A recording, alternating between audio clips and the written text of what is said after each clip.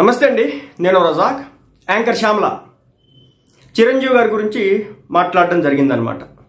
చిరంజీవి గారు ఏదో నార్మల్గా కామిక్ వేలో ఏదో ఒక మాట మాట్లాడితే దాన్ని రాజకీయం చేస్తున్నటువంటి పరిస్థితి. ఇలాంటి వాళ్ళని ఏమనాలా? మళ్ళీ ఏం గురించి మాట్లాడితే మాత్రం తెగ ఇబ్బంది అయిపోతుంది, తెగ ఫీల్ అయిపోతుంది అనమాట. ఒక విషయం, మెగాస్టార్ చిరంజీవి గారు ఇప్పుడు ఏమైనా రాజకీయాల్లో ఉన్నారా? లేదు. ఆయన జనసేన పార్టీ తరఫున ఆయన తమ్ముడు కాబట్టి ఆయన ఆ పార్టీకి మద్దతు ఇచ్చుకున్నాడు. ఏనాడైనా వైసీపీ పార్టీ గురించి ఒక ఎగనెస్ట్ మాట మాట్లాడినాడా? మాట్లాడాల. కానీ ఈ రాజకీయ పార్టీలు, ఈ రాజకీయ నాయకులు మాత్రం పదే పదే మెగాస్టార్ చిరంజీవి గారిని టార్గెట్ చేస్తా ఈరోజు రాజకీయం చేస్తున్న పరిస్థితి. ఆయన ఏదో అనుకుంటే మధ్యలో మీకు వచ్చిన బాధ ఏంటి? ఏం లేదండి, రామ్ చరణ్కి కొడుకు పుడితే బాగుంటుందని చెప్పేసి మెగాస్టార్ చిరంజీవి గారు చెప్పడం అయితే జరిగిందనమాట. ఇక దీంతో ఒక్కొక్కడు చెలరేగిపోతున్నాడు, ఒక్కొక్కడు నీతులు వల్లిస్తున్నాడు. అసలు ప్రపంచంలో ఎవడో కూడా మగపిల్లోడిని కోరుకోనట్టు, అంటే మగపిల్లోడు మాత్రమే వారసుడిగా ఉంటారా, ఆడపిల్లలు వారసుడిగా ఉండరా, వారసురాలుగా ఉండరా అంటూ పనికి మాలిన సెటైర్లు. అది మీకెందుకు? ఆయన కోరుకున్నాడు, అది ఆయన ఇష్టం, ఆయన ఒపీనియన్ ఆయన చెప్పుకున్నాడు. అది కూడా ఏదో ప్రీ రిలీజ్ ఈవెంట్లో ఏదో కామిక్ వేలో ఫన్నీగా. దాని గురించి మీరెందుకు పిసికేసుకుంటారు? మీకేం అవసరం? దానికి మీకేం సంబంధం? ఆయన ఇష్టం వచ్చింది ఆయన చెప్పుకుంటుంటాడు. దాంట్లో ఏంటంటే బాధ? మీ పార్టీని అంటే మీరు ఫీల్ అవ్వాలా, మీ పార్టీ నాయకులు అంటే మీరు ఫీల్ అవ్వాలా, జగన్మోహన్ రెడ్డి గారు అంటే మీరు ఫీల్ అవ్వాలా. సరే, ఇక్కడ దాకా వచ్చింది కాబట్టి ఇదే మాటకు వద్దాం. ఈరోజు ఆమెమంటుంది శ్యామల అనే మాట ఏంటంటే, మెగాస్టార్ చిరంజీవి గారు ఆ స్థాయిలో ఉండి ఆడపిల్లని వారసుడిగా ప్రకటించుకోలేరా?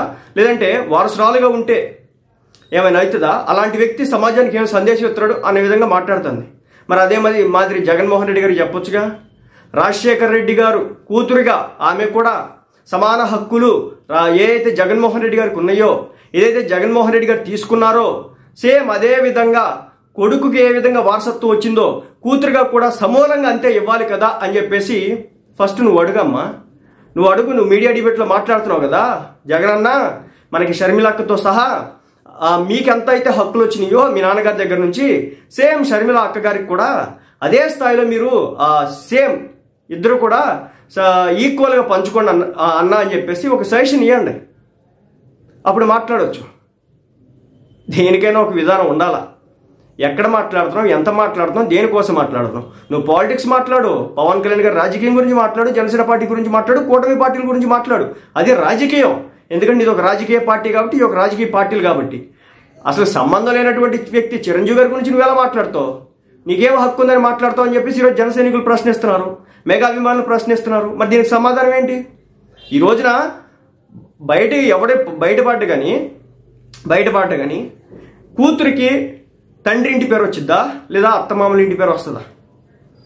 ఎప్పుడైతే కూతురు ఒక అయ్యకి ఇచ్చి చేతిలో పెడతారో, ఒక అల్లుడికి ఇచ్చేసుకుంటారో, ఆ రోజుతో ఆ అమ్మాయి వాళ్ళ ఇంటి అమ్మాయి అవుతుంది.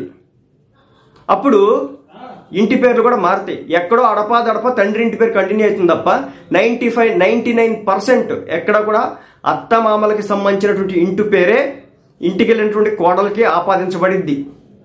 ఆ మాత్రం కూడా తెలియదా? మెగాస్టార్ చిరంజీవి గారు తన లెగసీని కంటిన్యూ చేయడానికి ఒక కొడుకు మనవడు కావాలని చెప్పేసి అనుకుంటున్నాడు. అందులో బాగా తన ఒపీనియన్ చెప్పినాడు.